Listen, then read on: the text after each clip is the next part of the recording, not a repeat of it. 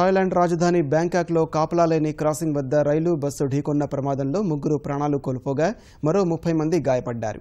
40 మందితో సమేది ద్వీపానికి బయలుదేరిన బస్సు నామ్టాక్ స్టేషన్కు సమీపంలోకి వచ్చి కాపలా లేని క్రాసింగ్ వద్ద పట్టాలపై నిలిచిపోయింది. అదే సమయంలో వచ్చిన రైలు బస్సును ఒక్కసారిగా ఢీకొట్టింది.